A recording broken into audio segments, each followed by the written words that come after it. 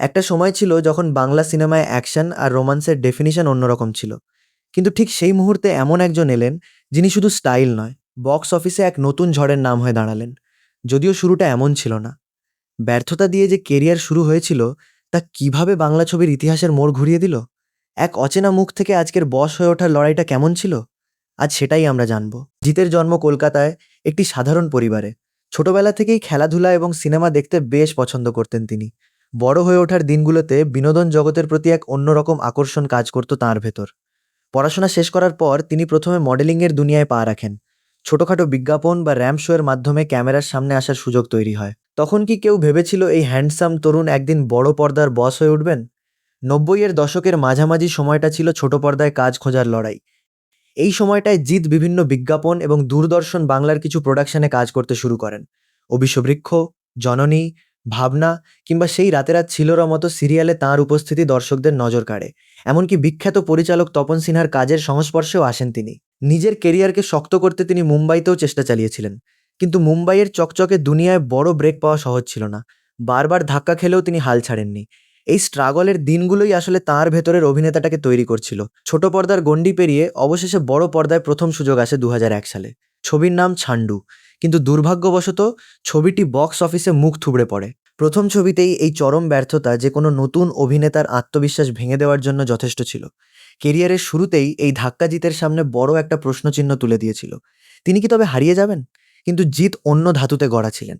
এই ব্যর্থতা তাঁকে থামিয়ে দেয়নি, বরং আরও বেশি জেদি করে তুলেছিল। ছান্ডু দিয়ে যে যাত্রা শুরু হয়েছিল ব্যর্থতা দিয়ে, ২০০২ সালে মুক্তি পেল হরনাথ চক্রবর্তীর পরিচালনা এবং শ্রী ভেঙ্কটেশ ফিল্মসের প্রযোজনায় সাথী। আর তারপর ইতিহাস তৈরি হলো। ছবিটি বক্স অফিসে সর্বকালীন রেকর্ড ভাঙল। হলের বাইরের লাইন, গানগুলোর ক্রেজ, সব মিলিয়ে বাংলা সিনেমার ইতিহাসে এক নতুন যুগের সূচনা ঘটল। এই ছবির হাত ধরে জিৎ রাতারাতি হয়ে উঠলেন বাংলার নতুন হার্টথ্রব ও সুপারস্টার। এই সাফল্যের পর আর পেছনে ফিরে তাকাতে হয়নি তাঁকে। এরপর শুরু হলো জিতের সোনালী অধ্যায়। ২০০৩ থেকে ২০০৮ সাল। একের পর এক কমার্শিয়াল হিট ছবি উপহার দিতে লাগলেন তিনি। সঙ্গী, নাটের গুরু, শুভদৃষ্টি, মানিক, সাথী, বন্ধন, কৃষ্ণকান্তর উইল, ঘাতক, হিরো, পার্টনার, যুদ্ধ, শক্তি, পিতৃভূমি, জোর। তালিকাটা দীর্ঘ। প্রতিটি ছবিতেই তাঁর অনবদ্য স্ক্রিন প্রেজেন্টেশন এবং কমার্শিয়াল হিরো ইমেজ দর্শকদের চুম্বকের মতো টেনে আনত প্রেক্ষাগৃহে। কোস্টার কোয়েল মল্লিক কিংবা অন্যান্য জনপ্রিয় অভিনেত্রীদের সঙ্গে তাঁর জুটি বাংলা সিনেমার বক্স অফিসে সোনার হরিণ হয়ে ওঠে। পরিচালকদের প্রথম পছন্দ হয়ে ওঠেন তিনি। এই সময়টায় জিত মানেই ছিল মিষ্টি প্রেমের গল্প, পারিবারিক ইমোশন আর চোখের পলকে চেনা মুডের রোমান্স। শুধু অ্যাকশন নয়, একজন আদর্শ রোমানিক হিরো হিসেবেও বাংলার ঘরে ঘরে পৌঁছে গিয়েছিলেন তিনি। তাঁর চোখে চোখ রেখে গান গাওয়া কিংবা অনস্ক্রিন কেমিস্ট্রি যুব সমাজকে পাগল করে দিয়েছিল। পারিবারিক ড্রামাগুলোতে তাঁর শান্ত কিন্তু শক্তিশালী অভিনয় দর্শকদের মন জয় করেছিল। তিনি হয়ে উঠেছিলেন সেই আইডিয়াল বয়ফ্রেন্ড বা আদর্শ ছেলে, যাকে দেখতে দর্শকরা বারবার হলে ছুটে যেতেন। কিন্তু একজন সুপারস্টার কি কেবল এক জায়গায় আটকে থাকতে পারেন? ২০০৯ থেকে ২০১৭ এই সময়টায় জিতের চরিত্রে এল এক বিরাট পরিবর্তন। রোমান্টিক ইমেজের পাশাপাশি তিনি নিজেকে পুরোপুরি রূপান্তরিত করলেন এক নম্বর অ্যাকশন হিরোতে।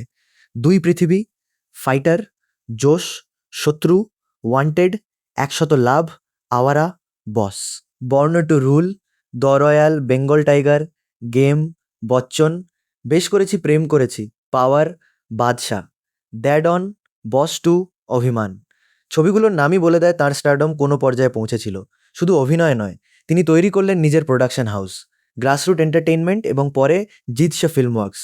অভিনয় থেকে প্রযোজনা, সব দিক থেকেই তিনি হয়ে উঠলেন টলিউডের অন্যতম প্রভাবশালী স্তম্ভ। ২০১২ সালে মুক্তিপ্রাপ্ত ১০০ লাভ ছবির মাধ্যমেই তিনি প্রযোজক হিসেবে নিজের কেরিয়ারের নতুন অধ্যায় শুরু করেন। অভিনেতা থেকে প্রযোজক হয়ে ওঠার এই সিদ্ধান্তটি ছিল অত্যন্ত দূরদর্শী। নিজের ছবি পরিচালনার পাশাপাশি তিনি নতুন প্রতিভা এবং বড় বাজেটের কমার্শিয়াল সিনেমার জন্য ঝুঁকি নিতে শুরু করলেন।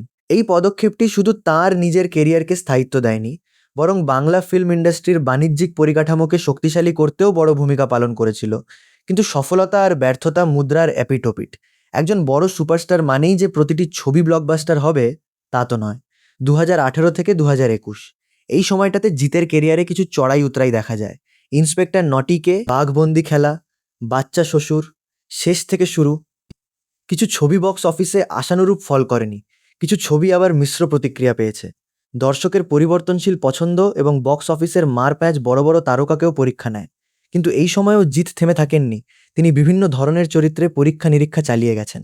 দীর্ঘ এই কেরিয়ারে জিতের ঝুলি শুধু দর্শকের ভালোবাসাতেই ভরেনি, এসেছে অজস্র সম্মান ও পুরস্কার। আনন্দলোক পুরস্কার, বাংলা সঙ্গীত চলচ্চিত্র সম্মান, বিএফবিএ বিবিএফএ এবং BFJA BFJA awards, Uttam Kumar award, Kishore Kumar award এবং বিএফটিএ বিএফটিএ অ্যাওয়ার্ডস। তাঁর ঝুলিতে রয়েছে অসংখ্য নমিনেশন ও মর্যাদাপূর্ণ জয়। পুরস্কারের এই দীর্ঘ তালিকা সাক্ষ্য দেয় যে বাণিজ্যিক সফলতার পাশাপাশি সমালোচকদের প্রশংসাও তিনি কুড়িয়েছেন বহুবার। পর্দার বাইরের রিয়েল লাইফে জিৎ বরাবরই বেশ ডাউন টু আর্থ এবং ফ্যামিলি ম্যান হিসেবে পরিচিত। 2011 সালের ফেব্রুয়ারি মাসে তিনি মোহনা রতলানীকে বিবাহ করেন। ব্যক্তিগত জীবনকে তিনি সাধারণত প্রচারের আলো থেকে একটু আড়ালেই রাখতে পছন্দ করেন। তাঁদের সংসারে রয়েছে কন্যা ও পুত্র সন্তান। কাজের বাইরে নিজের পরিবার এবং ফিটনেসের প্রতি তাঁর ডেডিকেশন ইন্ডাস্ট্রিতে অনুপ্রেরণা যোগায়। কোনো অপ্রয়োজনীয় বিতর্ক ছাড়াই তিনি তাঁর পরিচ্ছন্ন পারিবারিক জীবন বজায় রেখে চলেছেন। আজ যখন আমরা জিতের কেরিয়ারের দিকে তাকাই, তখন দেখতে পাই একটা অবিশ্বাস্য রূপান্তর। একজন রোমানিক হিরো থেকে অ্যাকশন স্টার, সেখান থেকে সফল প্রযোজক এবং পরবর্তীতে প্যান ইন্ডিয়ান ও ওটিটি পারফর্মার। জিতের এই দীর্ঘ স্থায়িত্ব বাংলা বাণিজ্যিক সিনেমার ইতিহাসে এক বিরল উদাহরণ। তিনি প্রমাণ করেছেন যে সঠিক প্যাশন এবং কাজের প্রতি নিষ্ঠা থাকলে ব্যর্থতাকে পেছনে ফেলে বারবার নিজের সাম্রাজ্য পুনর্নির্মাণ করা সম্ভব। তিনি বাংলা কমার্শিয়াল সিনেমার এমন এক স্তম্ভ, যার নাম ছাড়া টলিউডের ইতিহাস অসম্পূর্ণ। একজন জিৎ শুধু একটা নাম নয়, এটা একটা দীর্ঘ জার্নি, যেখানে ফেলিয়ার এসেছে, কামব্যাক এসেছে, ইমেজ বদলেছে, কিন্তু সিনেমার প্রতি অ্যাম্বিশন কখনো থামেনি।